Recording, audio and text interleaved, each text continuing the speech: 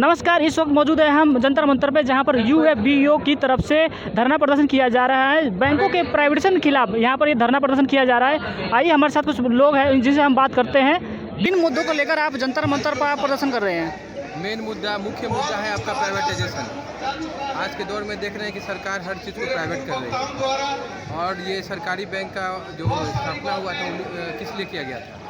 आम जन तक सभी सेवा दिया जाए। अभी हम लोग जनधन खाता खोले, प्राइवेट बैंक जनधन खाता नहीं खोलता है, और जब सब प्राइवेट हो जाएगा तो अब आम जनता क्या करेगी? अभी प्राइवेट बैंक में हम लोग देख रहे हैं कि 10,000 से खाता खुलता है।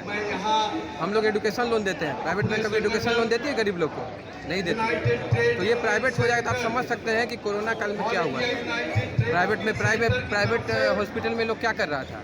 10-10 लाख 20-20 लाख का बिल बना रहा था। और सरकारी बैंक में हम लोग क्या किए? पूरा सरकारी बैंक जो है, सरकारी बैंकों को पूरी तरह से नस्तनाबूद कर देना चाहती है और नस्तनाबूद करके सारा देश का जितना संपत्ति है वो सारा संपत्ति को ये बेच देगा निजी हाथों में, और निजी हाथों में बेच करके देश को खोखला कर देगा। अब सोचिए, नीरव मोदी जैसा आदमी, आज अडानी जैसा आदमी, मेहुल चौकसी जैसा आदमी, ये सारा लोगों को पैसा दे दे के आज के डेट में आपको बता दूं कि अडानी जितना आज रोजगार कर रहा है उससे 100 गुना ज़्यादा पैसा बैंक से लेकर के रोजगार कर रहा है। आज के डेट में देखिएगा तो विजय माल्या, मेहुल चौकसी, ये लोग पैसा लेकर के हाँ, वो तो लेके भाग चुके हैं, लेकिन भाग गए। और आज के डेट में अडानी को आप इतना मदद कर रहे हैं, अगर ये भाग गया तो समझ रहे हैं अर्थव्यवस्था भारत की पूरी तरह से, जैसे श्रीलंका की स्थिति है वो स्थिति आज भारत देश में आई। क्या सिक्योरिटी है? आप क्या पकड़ने की कोई क्षमता है? आज अगर अडानी जी चले जाते हैं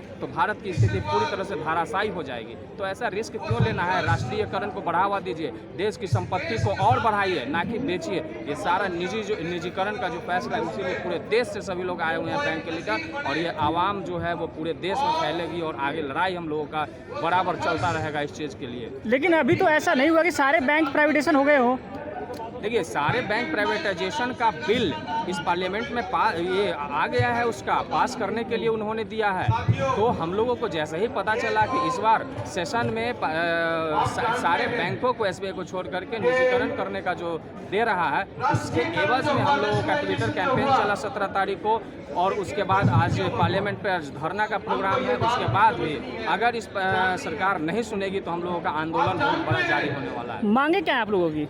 हम लोग का एक सूत्री मांग है, सरकारी बैंकों का निजीकरण नहीं हो, प्राइवेट बैंक का भी सरकारीकरण हो, क्योंकि देश की आर्थिक स्थिति तभी मजबूत हो सकती है, विकास तभी हो सकता है जब सरकारी बैंक रहेगा। आप देखिए, रोड, पुल, पुलिया, एयरपोर्ट, जितने जगह पैसा लगा है सब सरकारी बैंक का, प्राइवेट बैंक ने तो कभी नहीं लगाया। मुद्रा लोन, जनधन योजना, एजुकेशन लोन, जितना डेवलपमेंट का है आम जनता का, छोटा छोटा रोजगार देने का, उसका प्रगति। आप जो सरकारी बैंक का जो एनपीए हो गया बड़ा बड़ा उद्योगपति, उसको सरकार वसूल करे, वो नहीं करना है। आपको बैंक प्राइवेट हाथ में दे देंगे, आपकी जमा पूंजी, गाढ़ी कमाई चला जाएगा लेकर के भाग राते रात। फिर उसके जिम्मेदार कौन होंगे? कितने प्राइवेट बैंक भाग गए, उसका पैसा कहाँ गया? पब्लिक मर गया।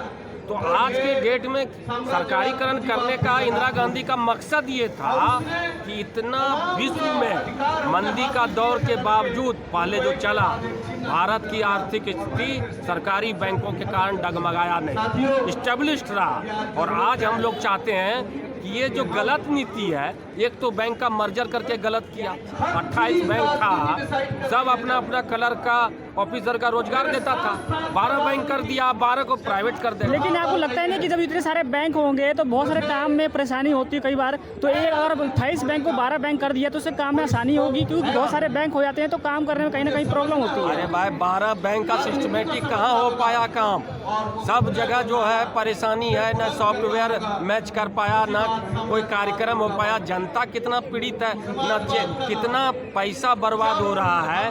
मर्ज कर दिया, सारे ब्रांच का बोर्ड बदला, सारे चेकबुक बदला, सारा पासबुक बदला, ये खर्चा किस पे जा रहा है? ये जनता से वसूल कर रहा है, तो क्या फायदा है उससे? रोजगार तो नहीं, सरप्लस स्टाफ हो गया। तो आज के डेट में आप बैंकिंग चलाना चाहते हैं, रोजगार भी मिलता था, जनता की विश्वास जो है सरकारी बैंक पे था, लेकिन आपने तो उसको पूरी तरह से बिना नीति का ख़त्म कर दिया कहानी। और आप समझ लीजिए जिस पब्लिक का पैसा प्राइवेट बैंक में हो, अब बीएमसी भाग गया, ग्लोबल ट्रस्ट बैंक भाग गया, कौन जिम्मेदार है? कोई जिम्मेदारी लिया?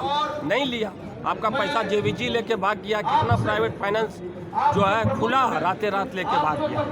तो सरकार को सरकारी बैंक के अलावा प्राइवेट बैंक को भी सरकारीकरण करना चाहिए। मुनाफा किसको जाता है? सरकार को जाता है बैंक का ना, और आम पब्लिक उसका फायदा उठाता है। तो ये चीज़ समझने की बात है, आम जनता को समझना। आप लोग क्या चाहते हैं? देखिए अभी तो हाल फिलहाल में आप देखे हैं लक्ष्मी मित्तल बैंक जो प्राइवेट था उसका डूबना। आप जब देख रहे हैं कि इतिहास में कई बैंक ऐसे प्राइवेट बैंक डूबे हैं, जब भी प्राइवेट बैंक हुआ डूबा है उससे क्या होता है, हम पब्लिक का तो पैसा बर्बाद होता है। कुछ दिन पहले बैंकों का मर्जर हुआ, उससे क्या हुआ, आम पब्लिक का समस्या ही बढ़ा।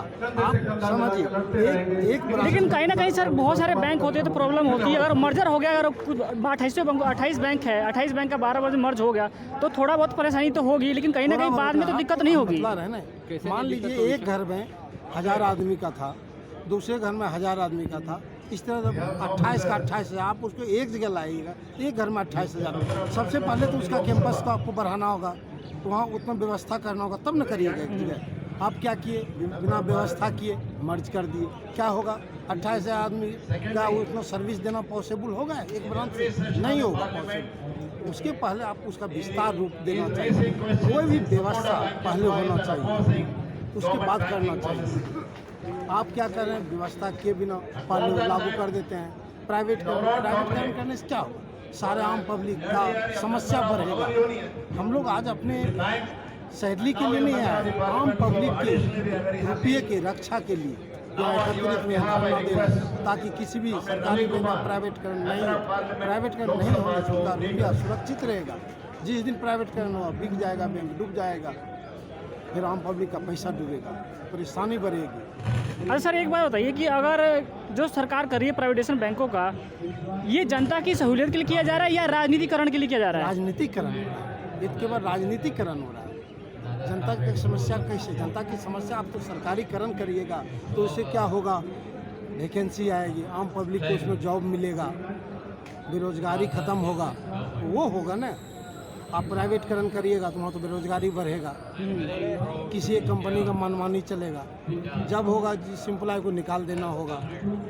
ये आम पब्लिक के हित में है नहीं है। हम लोग तो चाहेंगे कि सर प्राइवेटकरण नहीं हो। Thank you sir. Dilip Kumar Sharma, समाचार वार्ता, दिल्ली।